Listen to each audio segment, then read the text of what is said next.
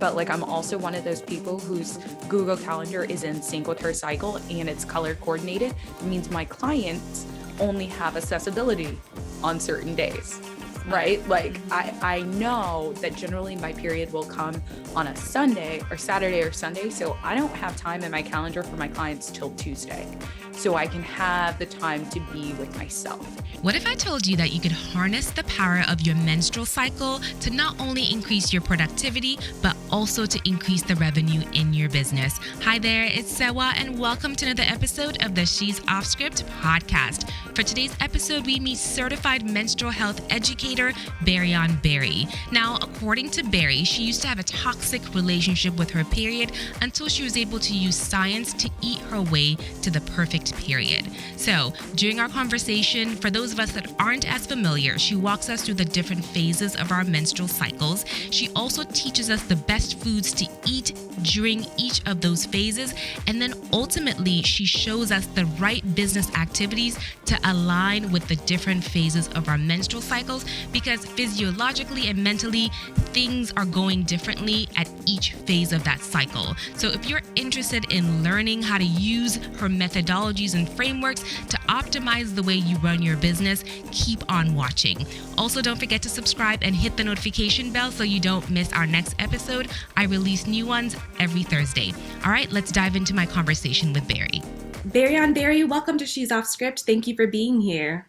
Oh, thank you so much for having me. And listen, we're about to flip the script all together when it comes to talking about today's topic, right? I'm so excited. I cannot wait, because this is definitely off script when it comes to how people think about their period, their menstrual cycle. So let's dive into it. So for any of our listeners who haven't heard of you, could you share who you are and what you do? Oh gosh, where do we start? Well, like you said, my name is Berrion Berry, but everybody calls me Berri. I am a holistic menstrual health educator and practitioner and the creator of Optimize Your Flow. Basically, if you have a period, I teach you how to biohack your cycle so you can have a period and a life. And yeah, that's what I do. How did you get into this line of work? Until I Gosh. came across you, it wasn't a common topic I would see online. So I would love to say that I have always known I was going to fix periods, but no, that's actually not how it unfolded. As with any entrepreneurial journey, you kind of follow the breadcrumbs. So for me, I was following the breadcrumbs of finding my own niche. And in the wellness space, there's so many different ventures you can go down, but you really just want to stick with your own problem. My problem was my period. And what I found is whenever I wanted to do research or learn more about my period, the only people were talking about it were like a little bit on the like older side of things. They weren't really this like middle 20-year-old. They definitely were not a woman of color. And so it was really hard for me to connect. So I started sharing my own journey. And at the time, I was a certified functional nutritionist and personal trainer. Since then, I've become a board certified integrative health practitioner. And I always tell people I ate my way to a better period. And then from there, I went from like good to freaking great by optimizing my actual monthly flow altogether. So that's how I got started. Maybe you can give us insight into what your journey and relationship with your period was, and how did you optimize it? So where were you, and where are you now? So I love to like ask people this question. If your period was your lover, what would they say about your relationship? And I'm gonna be honest, when I first got my period, we were toxic. Like it was the worst type of situation ever because I got my first period when I was 12. By the time I was a freshman in high school, I dealt with what many people deal with: the heavy bleeding, the bloating, the cramping. And then if you add in that emotional element, I just felt really ashamed because I was bleeding through my pad, which meant I was bleeding through my panties and my pants. So it's this awkward thing. And then, as life kind of went on, post high school, I went to college. I got on hormonal birth control, thinking that was going to fix my period. It just made me a moody, you can fill in the blank from there. And then I was like, I'm not taking this anymore. So then I got off of it and the pain came back. And when the pain came back, I was also at a very interesting time in life, transitioning from the corporate world into my entrepreneurial zone of genius. And I always say my period went from problematic to perfect. My period comes now no pain. She lasts 3, maybe 4 days. Hmm, And I'm living my best life. Like my last cycle, I was camping out in the woods interesting. in a whole tent on my period. Mm-hmm. So we're going to talk about how you got there. But for any of the women who are listening to this, and they're probably thinking, like you probably thought when you first had your period, I hate my period. What do you Mm-hmm. mean that I can use it to grow my business? So could you Yeah. talk to us about some of those mindset hurdles that women go through that are barriers to them really embracing this line of thinking? So the first thing is the narrative that is already conveyed to us as soon as we get our period. Like before we even get our period, we are taught and conditioned to believe that it's going to be painful. That is the first and foremost barrier. Mm, Then from there, when we accept that, right? That's the second thing. So first we're aware of it and we're accepting it. We then add these extra levels of, well, this is going to happen. We anticipate it almost. So I think that the mindset is periods are painful. And while sometimes it's very common, that doesn't have to be how you live. That's not the narrative or the status quo. Just because something is common doesn't necessarily mean it's normal. And, I can tell you what a normal cycle looks like, what a normal period looks like, but periods are normal. Pain shouldn't be. And mm, so, again, we're coming back to that same thing. We're conditioned to believe it and then we accept it. And then from there, it's just like, who is going to change that? But this might be the first time someone's ever heard periods are normal and pain shouldn't be. But mm. pain is always an indication of something kind of being off, for lack of better words. Yeah, that's your body signaling, hey, you've got to fix something. And Yeah. unfortunately, because we were brought up thinking this is just normal, a lot of us haven't stopped and thought about how do I fix this? How do I Mm-hmm. improve my mental and my physical well-being, which you're going to help us with today. But you've talked about how, like other women, you did face those painful periods. So, what was that first step you took into really getting to that perfect, quote unquote, state of being with your period? Yeah, so I want to answer that, but I also want to answer the second part of your question in Mm, regards to like working with it. So I'm going to try to do it all at once. So if it makes sense, great. But if we need to unpack it a little bit, that's totally fine too. sounds But good. you know, when you understand that a period is normal and that pain shouldn't be, the first thing you have to do is identify the root cause. So for a lot of people, they're trying to solve problems that they don't even know the cause of. And period pain is literally just a symptom. It's not actually a cause. So the Mm, first point for me was to kind of look at the life that I was living. What were my daily habits? How was I nourishing my body?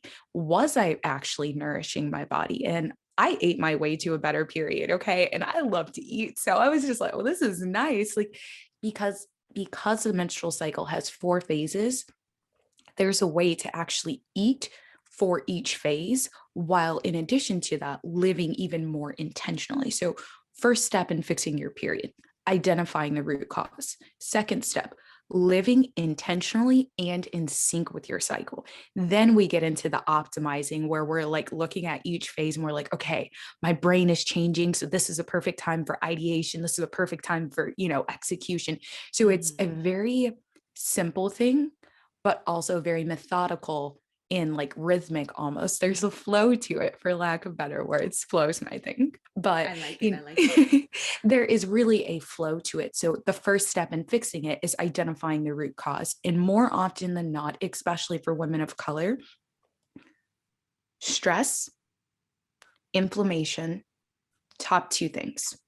So, when we have higher levels of stress in our body, higher levels of cortisol specifically, it can also cause more inflammation. When there's more inflammation, there's certain hormones, such as, or hormone like chemicals like prostaglandins, which, not to get super sciencey, it's the reason that we get cramps. Those levels increase. When that level increases, it inflicts more pain. So, what do I do? Mm. You figure out how to soothe your stress. What do? I figure out how to follow an anti inflammatory diet. And in our culture, it's like, listen, you can look at somebody's plate right now, and there's probably something with a lot of butter, a lot of salt. And it's, I'm not mad, but these things cause more inflammation, which Mhm. ultimately leads to more discomfort, which is what we don't want. Interesting. So find the root cause and follow it down the chain to see how you can stop it at the root, really. Hmm. Got it. Okay. So walk us through those steps that you mentioned Yeah. then. The first step was really just identifying the root cause. What was next? Living intentionally and in sync. Now, when I talk about living in sync with your cycle, everyone thinks it's like this grandiose thing, but it's simple. Your menstrual cycle is a blueprint. So, if you don't take anything else away from this, this is what you need to know. There are 4 phases of your menstrual cycle. The first phase is menstruation. The Okay. second phase is your follicular. Your third is ovulation. And the fourth phase is your luteal, AKA PMS. Now, I can get into the nuances of what's happening, but I always like to tell people, remember, there are going to be 2 weeks of high energy, high external output, 2 weeks of low energy, low internal focus, and really honing in on me, not everybody else, not everything else, on me. I'm focused on me. So, two for me, two for you, and Mm-hmm. go be great. When I talk about living in sync and intentionally, it's actually saying, okay, I'm in the menstrual phase of my cycle. I don't have a lot of energy. So, because I don't have a lot of energy, let me focus in on sitting with my emotions more, processing through my thoughts. Let me move my body differently. So, instead of doing those like crazy hit workouts or like sprinting, do some active recovery, more chilled out, like going for those longer walks, workouts and movement. In Mm-hmm. terms of like how you're caring for your mind, for me, I'm personally like a journaler and like somebody that loves to meditate. And then how you're actually going to nourish the body is going to be more of those complex carbohydrates, and we're going to do a lot of micronutrients. The reason being is your body's getting rid of a lot of energy, right? Like you're getting rid of a lot of blood, so now we need to restore and re-nourish and replenish ourselves. During the follicular phase, you turn up the volume a little bit, right? We can move our body a little bit more because our hormones are actually on the rise. So, follicular, post period, pre ovulation, turn up the intensity of your workouts. Feel free to eat however you want to eat, but also make sure you're emphasizing things that are going to optimize your gut health, such as like liver supporting foods. So, more of your fermented foods, like your sauerkrauts. I'm a kombucha girl personally. So, I have my like booch during that phase Mm-hmm. because I really don't care for sauerkraut, so I go for my kombucha, if I'm being honest, or like kimchi, different things like that. Okay. So that's the first 2 phases. Now, during ovulation, this is where you turn up the intensity all the way on your workouts. This is where we're doing our sprinting. This is where we're doing like anything that is really going to get you into strength resistance power training mode. Boom, right during this phase. Also, when you're nourishing your body, there's 2 things you want to know. One, you do want to have more calories. Two, there's an increase in your resting metabolic rate. So if you are a little bit hungrier, that's okay because your estrogen levels are high, your testosterone levels are high, and like take advantage of it. Don't be afraid to eat. Like, go live your life. Like, don't be afraid to eat. And I always tell people, like, during this time, mindfulness is important in terms of like meditation and things like that. But I also like to keep Mm. it super real. During this time, you might be in go mode when it comes to your business. So the last thing you might be thinking about is meditating. You might not be as like rigid as me. I have to meditate every day, and that's fine. Maybe for you, what's nourishing to you, your body, your soul, might be being social and seeing more people, being out and about a little bit more. So do that. And then when we get into the luteal phase, now your PMS phase of your cycle is really going to change based off of when you ovulate.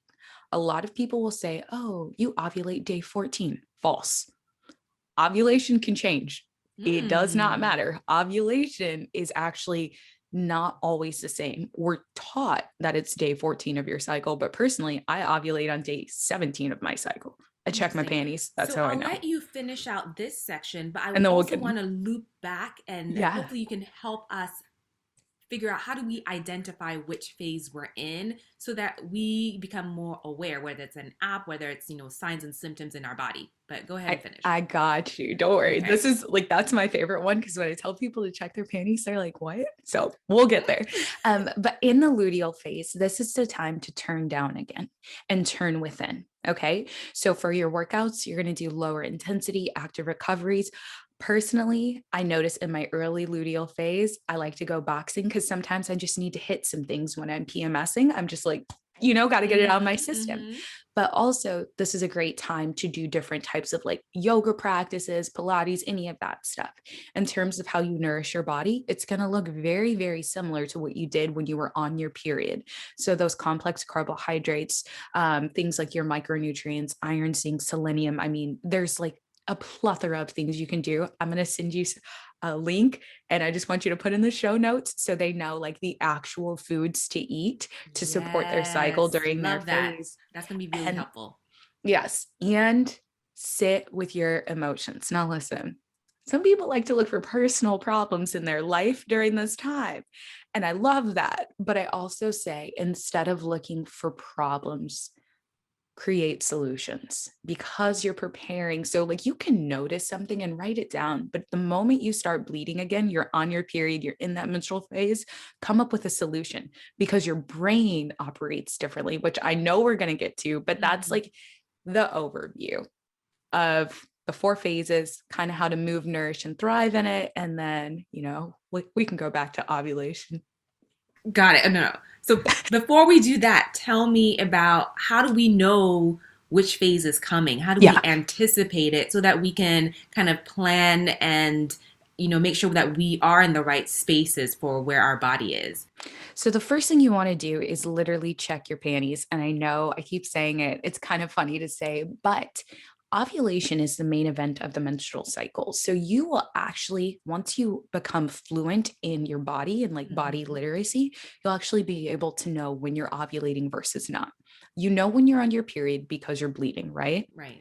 Well, once you're done bleeding, generally there's about a 4 to 7 day window for your follicular phase. But if you look at your cervical mucus, so when you wake up in the morning, before you tinkle, you're going to wipe with some tissue and you're going to look for something that looks like raw egg whites. If it looks like raw egg whites, that's an indication that you are ovulating. If it doesn't look like that, you are not ovulating. If it's like white and creamy, we might be approaching ovulation, right? But raw egg whites is the indication that you are actually ovulating. And I will make sure that you get a graphic for that as well, because it's a very visual thing to actually see. Ovulation technically only happens for 24 to max 36 hours.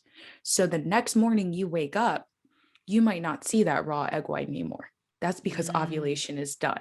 But that brings into like another element. Well, what about like pregnancy and fertility? And like, we can go down that rabbit hole, but I am trying to stay on topic for everybody because I think it's really important that, reading your cervical fluid or cervical mucus will tell you a lot. The next thing you can do, aside from like just like looking at that, is you can check your cervix placement.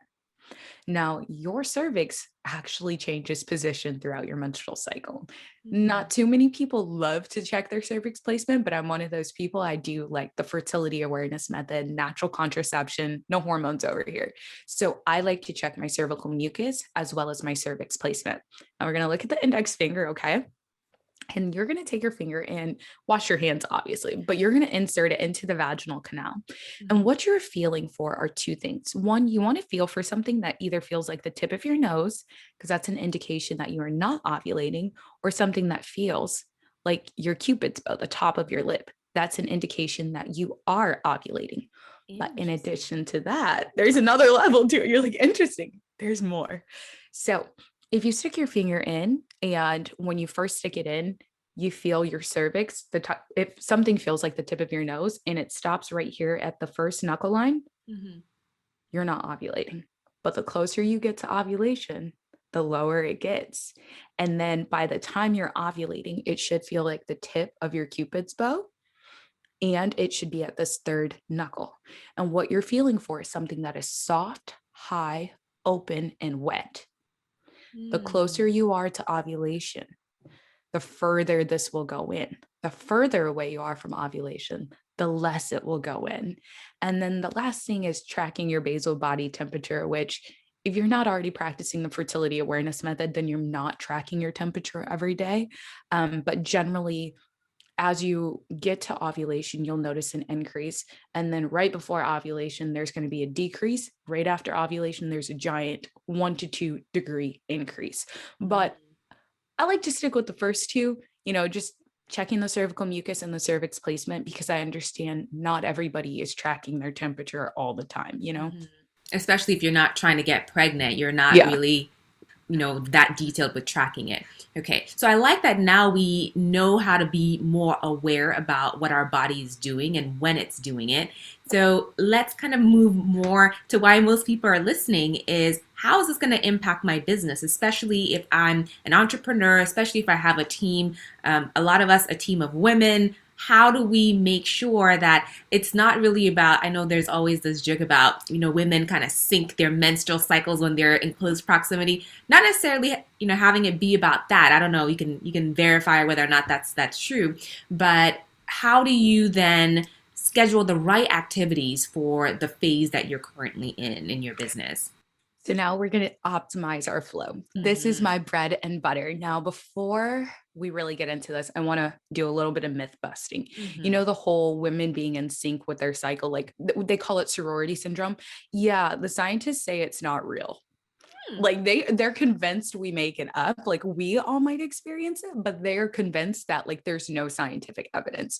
So like do what you will with that information, and I'll leave it at that. However, when it comes to optimizing your flow, the first thing I think people need to know is your menstrual cycle starts in your brain. Mm-hmm. It starts with the release of a specific hormone.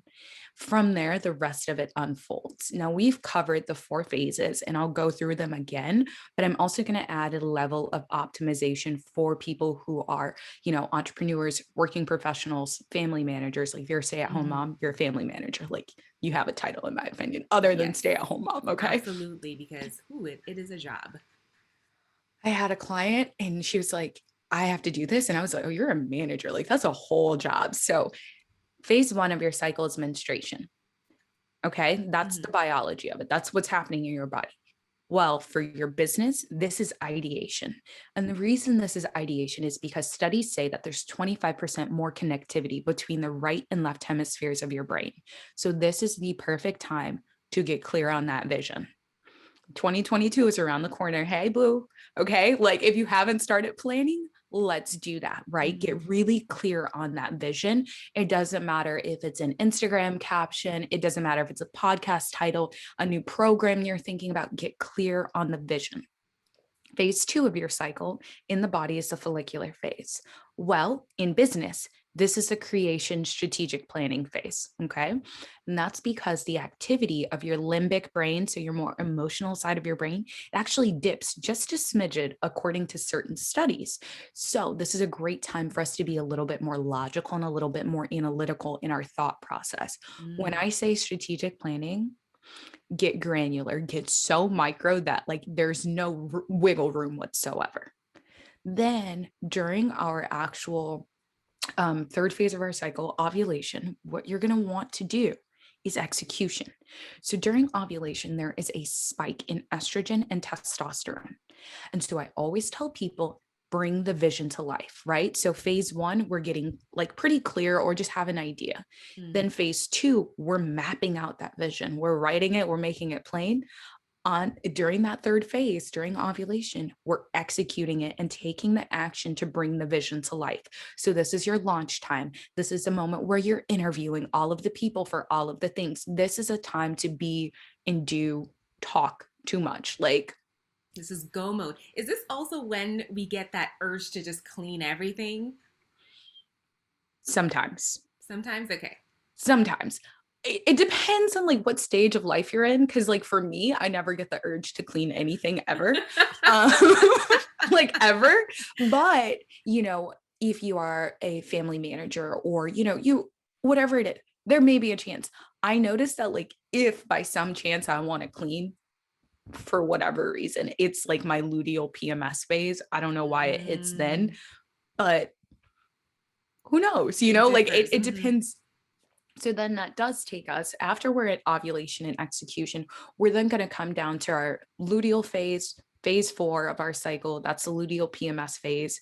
You can say this is personal mystery solved because you know why you're in a mood. But in the business, all we're doing is evaluating and reflecting. Okay. So this is a time to sit down and look at your numbers. This is a time where people like me who don't like numbers have to like actually look at it and say, okay, so these are the analytics. Oh, this is how much we made. Like it literally is the worst thing for someone like me. But I know my brain is already looking for problems. She's on high alert saying, like, test me. So look for Right. problems in your business, not with other So people. exactly. Mm. It's quite proactive. Now, when we're adding in the team element to it, you can generally follow the same thing, but be mindful that everybody might not be on the same cycle. And that's okay. That just means we need to communicate effectively to our team and give them space. Another thing I like to recommend is 3 vacation days a month. Now, before everybody rolls their eyes, hear me out for a second, okay? Yeah, I've heard you do this. So I would love to hear how it works. The day before your period, you can generally tell if you're very in tune with your body, you can generally tell when your period's going to arise. The first day of your period and the second day of the period, the only thing you're doing is like the top 3 things that need to get done. Everything else is about you. Don't like, again, I don't have children. I am my plus one for everything. I don't have a lot of moving parts, so it works very well for me. But my team knows because they see my calendar. It says, don't talk to me, stop, do not talk to me. And then the third day of my period, okay, we can talk again. It's on my calendar Wow. Okay. because I want to be with myself. I don't want to have to answer a lot of questions. So, for instance, if I do need to show up for a client, I will. But like, I'm also one of those people whose Google Calendar is in sync with her cycle and it's color coordinated. It means my clients only have accessibility on certain days. Smart. Right. Like Mm-hmm. I know that generally my period will come on a Sunday or Saturday or Sunday. So I don't have time in my calendar for my clients till Tuesday.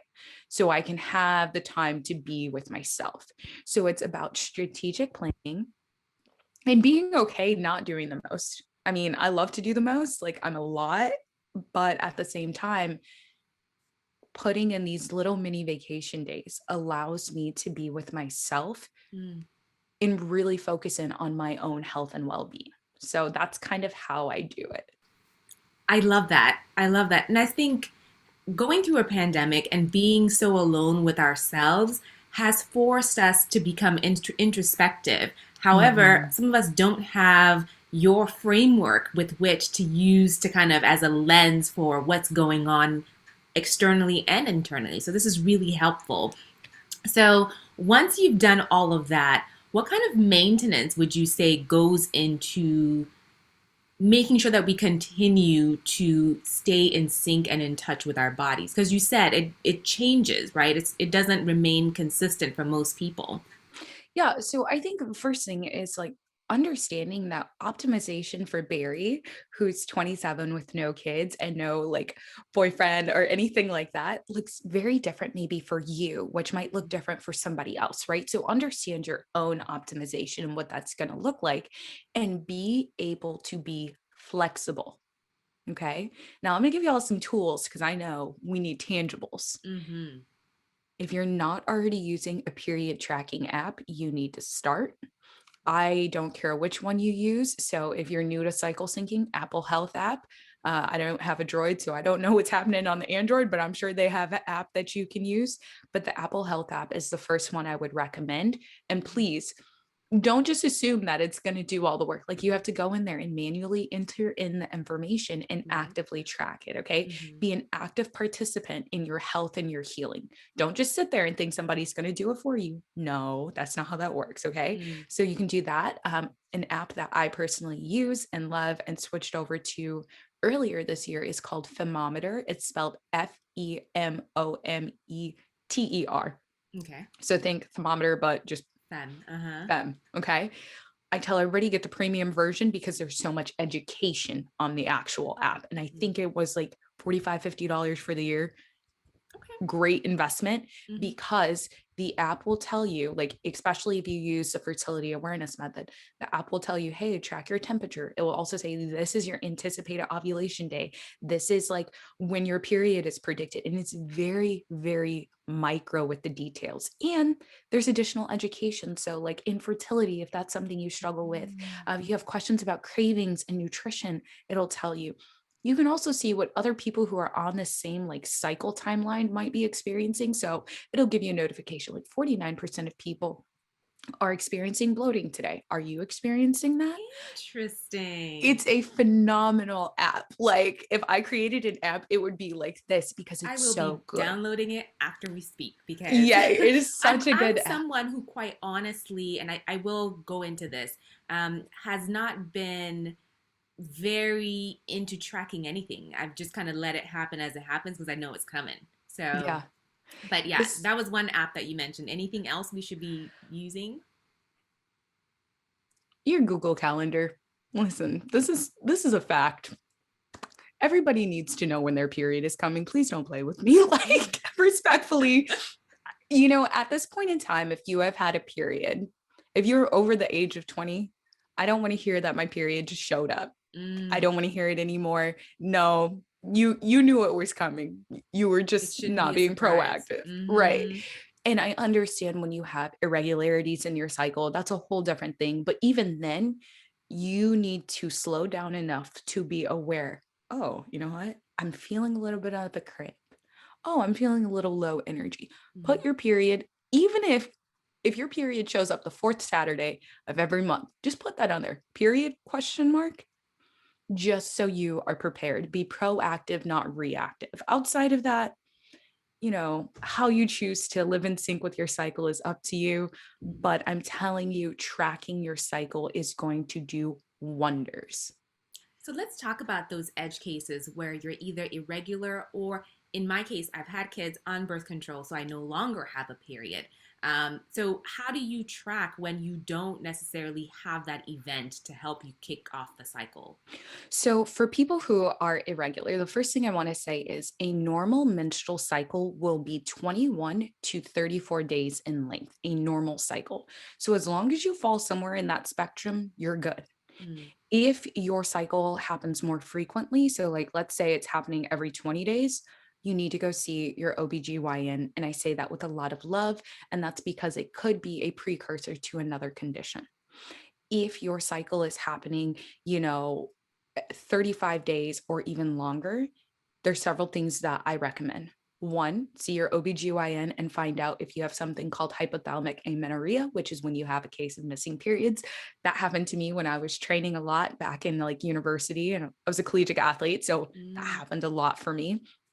But also, that could be an indication that PCOS is happening. There's so many different things. But also, if you're like, sis, I'm not trying to go to the doctor, I want you to try this thing. One, soothing your stress. Number two, make sure you're nourishing properly. A lot of people are overtraining and undernourishing. And so mhm, their bodies are like, well, I don't really need to do this, do I? mhm. Your period is essentially this report card that you get from your body once a month, every month about your health and well being. So, if you're somebody who is not eating enough, even if you're on a weight loss journey, again, I say this with love, you still want to make sure that you're nourishing your body properly proteins, healthy fats, and fiber. And stress, the pandemic, I get it, I Yeah, get comes it. with the territory. But you have to figure out how to create that space for yourself because stress, how do I say this with love? Stress is the worst for our bodies. So we Mhm, have to figure out our healthy level of stress. We have to be able to communicate with people. We have to establish boundaries. People pleasing, it's not cute. I know we want to do it, but it's not cute. Doing everything for everyone, being all, do be everything for you and then worry about everybody else. And I'm mhm. going to say it like that because I don't know a better way to say it. And for those who are on hormonal birth control, so Another myth we're going to bust. When you're on hormonal birth control, you're not having a real period. So there's some people who still get something called a withdrawal bleed when they're on hormonal birth control. And it looks a lot like a period, but it's actually just because there's too many synthetic hormones present in the body. So your body's like, I got to get rid of this. Got Like, it. got to detoxify. And so that's how that happened. But I always tell people to actively practice tuning into your body. Notice your own patterns and your own behaviors. So when I was on hormonal birth control, I could always tell when I should be in my luteal phase because I was ready to snap at any moment. Like somebody could just Mm. breathe near me and I'm like, like, excuse me, can you Monster comes move? out. Like, just so intense for no reason. Mm. But it's super important that we know and understand our own behaviors. So I think that habit tracking could be a thing for people who don't have their period right now. Another thing, that basal body temperature. I know nobody wants to actually like take a thermometer and like put it in their mouth and like track their temperature. Oh, my thermometer is like all the way over there. Oh, well. I was going to show it to you because it's like super cute, but like pop it in your mouth just to track your temperature. Because again, your body will still try to ovulate. It will try to, it won't generally, but it will still try to do it. So even tracking and having that metric or that data will help you. Got it. Okay. Wow, you have given us so much. This is one of those episodes I'm going to listen to over and over again. But for anyone who does want to follow your journey or reach out to you for a little bit more help with this journey, how can we reach you? Where can we find you? So the first place you're going to want to go for like a little handshake to get to know me is my Instagram at Berrion Berry or my business at Optimize Your Flow. I swear Instagram is like how we met, and Mm-hmm. it is the easiest way to get to know me and what it's like understanding how to live and optimize your life in daily flow. Second place you'll want to go is my podcast, Flow with Berrion Berry, sugar, spice, everything organic and nice. And if you thought this was hilarious, you should hear me on my own podcast where I'm a little less politically correct. And I'm just like, let me just give it to you straight. Okay. And then if you are looking to take your period from problematic to perfect, my program, Optimize Your Flow, is the place to go. You can go to optimizeyourflow.com, and flow is spelled FLO.com. And Yes. you can enroll. This is what I do. I live for being able to teach people how to fix their periods, live intentionally, and then optimize it from there. So yeah, that's how we can hang out. If you enjoyed my conversation with Berri, I want you to know I have over 140 audio podcast episodes you can binge listen to on she'soffscript.com or wherever podcast episodes are available. Before you head out, don't forget to subscribe and hit the notification bell so you don't miss my next episode. I release new ones every Thursday. All right, we'll see you back here next week. Bye.